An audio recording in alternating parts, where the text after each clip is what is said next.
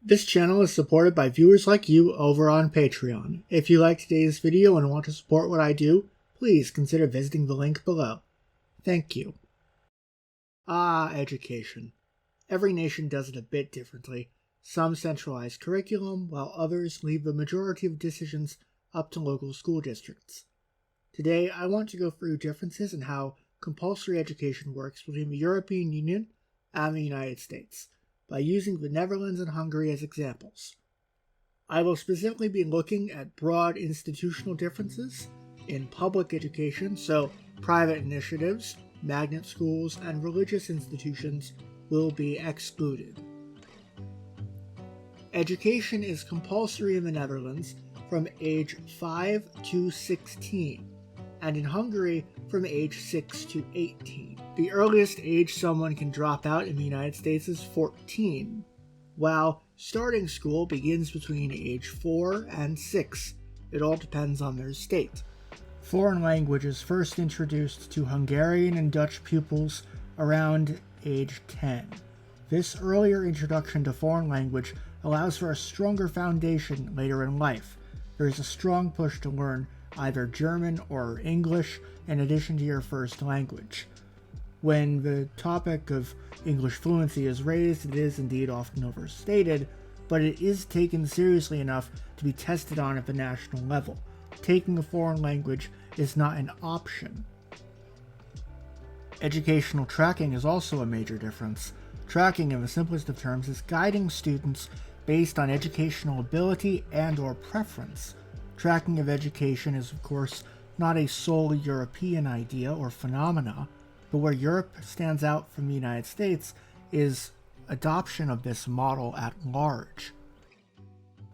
European tracking of education typically begins in the last years of primary school. The Netherlands divides students into 3 categories, while Hungary broadly divides into 4.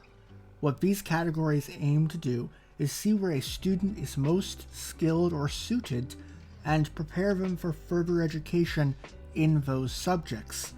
In Hungary, there are vocational schools not just for being an electrician or mechanic, there are schools for sport, media, musical conservatories, transport, and other professions funded mostly by the state. The United States has no separate public institution to track students' education based on achievement. Advanced placement courses, meant to educate at a university level, are run by a private company. Education is a highly localized issue, where some districts have 80% of students taking AP courses, while others struggle to offer a single course. It all depends on the local economics. Programs like Common Core, which seek to establish a national standard, are up against a wall of budget cuts to education and reluctant local governments. The districts either overperform and believe it's quote-unquote dumbing down their students, or underperform and lack the economic or physical resources to reach that standard. While education is definitely not perfect in the European Union, national standards are mostly upheld, and funding does not solely rely on local contributions.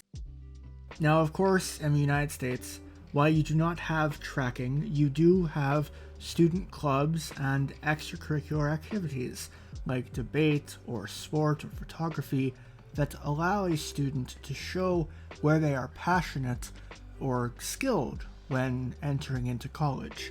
Students have the ability to explore their interests outside of the classroom and are not spending all of their time studying for exams. School leaving exams are also very common in the EU. The Netherlands has the Eindexamen, which students must pass in order to officially graduate.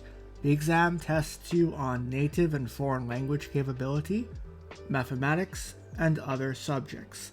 Exams are generally held once a year, and the Dutch hang backpacks on little posts to declare that someone has graduated. Please tell me why this is, I can't figure it out. Generally speaking, if you graduate from a vocational school in the EU, you can then go on to a vocational college, or you can test into a different educational track. Unari made a great video a while ago on the Dutch education system. I seriously implore you all to look it up. Where tracking matters is in university. A degree that would cost $50,000 in the United States instead is a 3-year vocational program building on prior knowledge. The belief on post-secondary education also differ. In America, because of student debts, getting a master's degree is uncommon. In much of the EU, if you only have a bachelor's, people will wonder why you left.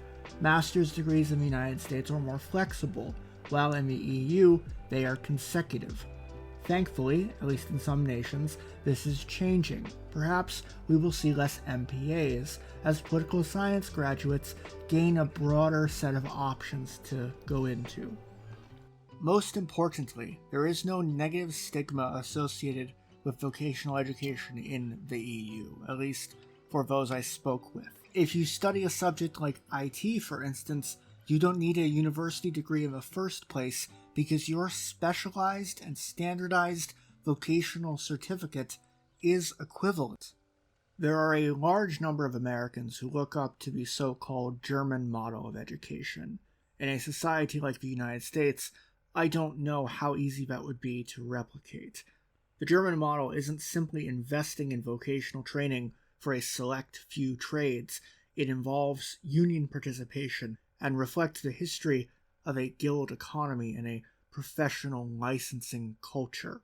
The American model as it stands, and underlying culture, present challenges in adopting similar standards to those found across Europe. Special thank you to the patrons who make this work possible, and I want to give a special thank you to those who gave me perspective on their education in the European Union. I hope that you all have a great day, and I'll see you in the next one.